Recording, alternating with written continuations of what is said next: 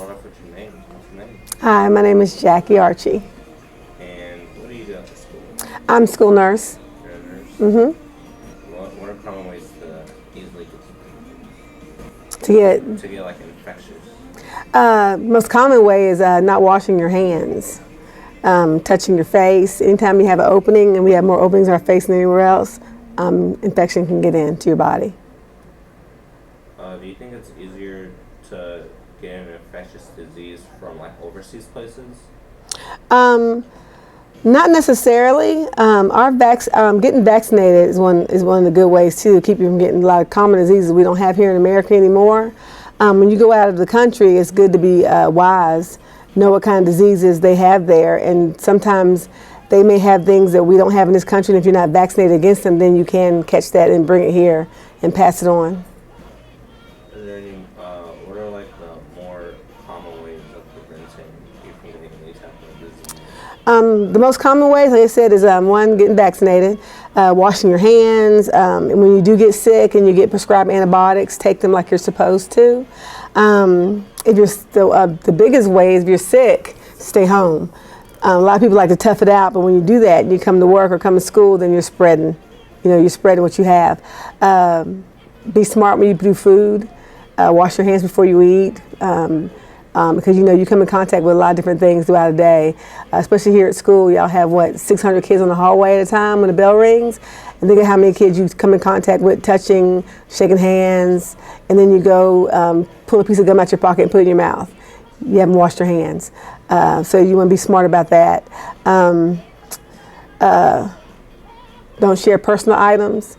Lipstick, lotion. You don't want to do anything personal. Somebody has chapstick. Hey man, let me use some of that. No, you don't want to share something that's been on somebody else's person.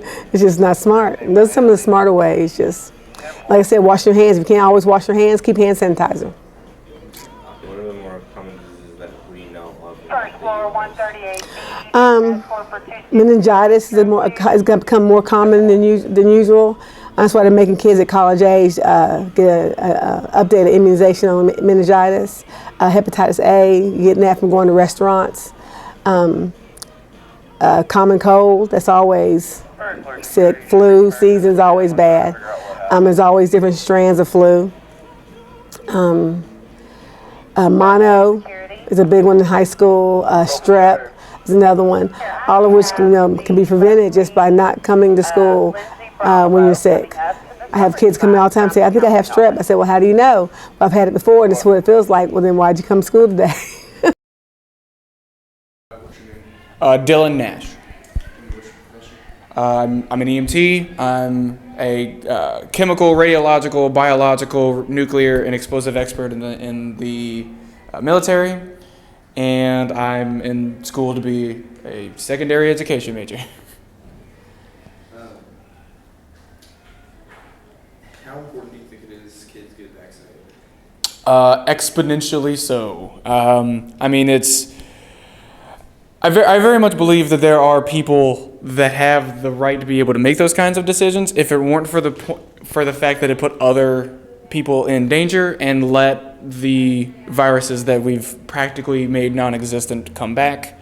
But now that clearly we've seen the data that it does come back if we don't vaccinate, it's exponentially important that we continue to vaccinate and put everybody on the path to be vaccinated. How early do you think infants/children should get vaccinated? I think whatever the doctor says, any doctor should be able to put any infant, any adult, regardless of your age, on the right path for vaccination. They have that kind of that kind of knowledge, that kind of pre-made path. Usually, they usually do most vaccinations within the first year. So just follow their path. They have that knowledge. To your knowledge, how preventable do you think most diseases are? For the most part, you can avoid most things. I think this might be a different question, but most diseases can be prevented. The key is really hygiene. Believe it or not, diet and exercise. It does wonders. If you have a healthy body ready to fight back against anything, it works wonders. And do you recommend people to like exercise and constantly work out? I would say so. I would say like being in shape helps your body fight bacteria, fight viruses, fight everything. The healthier you are, the better you are to be able to fight back against any oncoming diseases. Actually, there has been quite a bit of research I've seen that like healthy, like for like diabetes. I've seen people come back from diabetes just simply from a healthy lifestyle, from being in shape, eating right, stuff like that. So alternatively, what do you think are common ways to get viruses or disease? My experience, the most common way is lack of hygiene. I've seen a lot of people with really bad living conditions just don't bathe, and as a result are just wildly sick people. I think that's probably the easiest one, just take a shower. But it goes as far as eating right, staying healthy, keep everything clean, keep your house clean, all that fun jazz. Do you think with time and technology advancing the way it is, that we will change how we treat disease and illnesses in the future, or make it somehow easier to treat? Unquestionably, I think that we can very easily within our lifetimes have a level of technology where we don't even see a fraction of the number of diseases we used to, or at the very least we see them and they're it's take this pill and don't worry about it. I very much see that level of technology coming on. What are some things to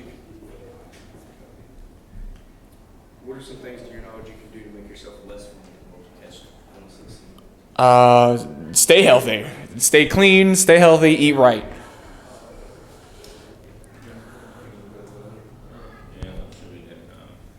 All right. Well, thank you very much. Absolutely. Take your name and occupation. Hi, my name is Cedric Nasser. I'm a licensed practical nurse. I'm in school to be an RN. Right now, I'm here with my brother Amir to answer some questions. All right.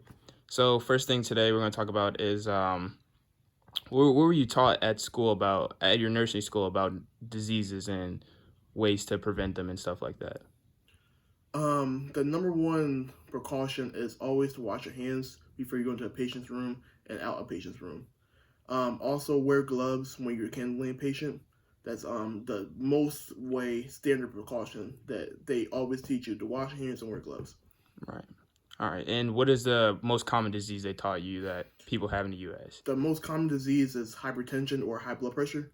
The reason why it's so prominent because high blood pressure is a silent disease. There's barely any signs, and if you do get signs, it could be a headache, and people don't really associate that to hypertension. Right.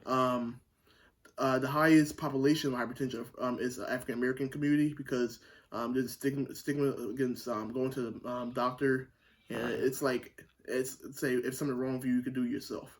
So the way to prevent it is to prevent hypertension is always get regular checkups by a doctor.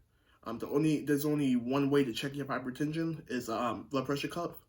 The normal normal levels is 120/70, but it lowered recently in the books. Actually, they want you to have it lower than 120. Actually, 110 is preferred. 130 is considered pre-hypertension. It used to be normal. Now it's not. And 140 is hypertension. And 140 over 90 used to be pre-hypertension. Now it's 140 over 90 is hypertension now. So they changed the rules in the books because medical science always changes throughout the years. So as long as you get your blood pressure checked by a doctor, if you can't afford to go to a doctor or a clinic, CVS, Walgreens have a blood pressure cuff in there. Just check yourself out. It's always good to know, and if you get it early, you can fix it. And mostly preventing it is exercising, eating healthy, and living a better lifestyle.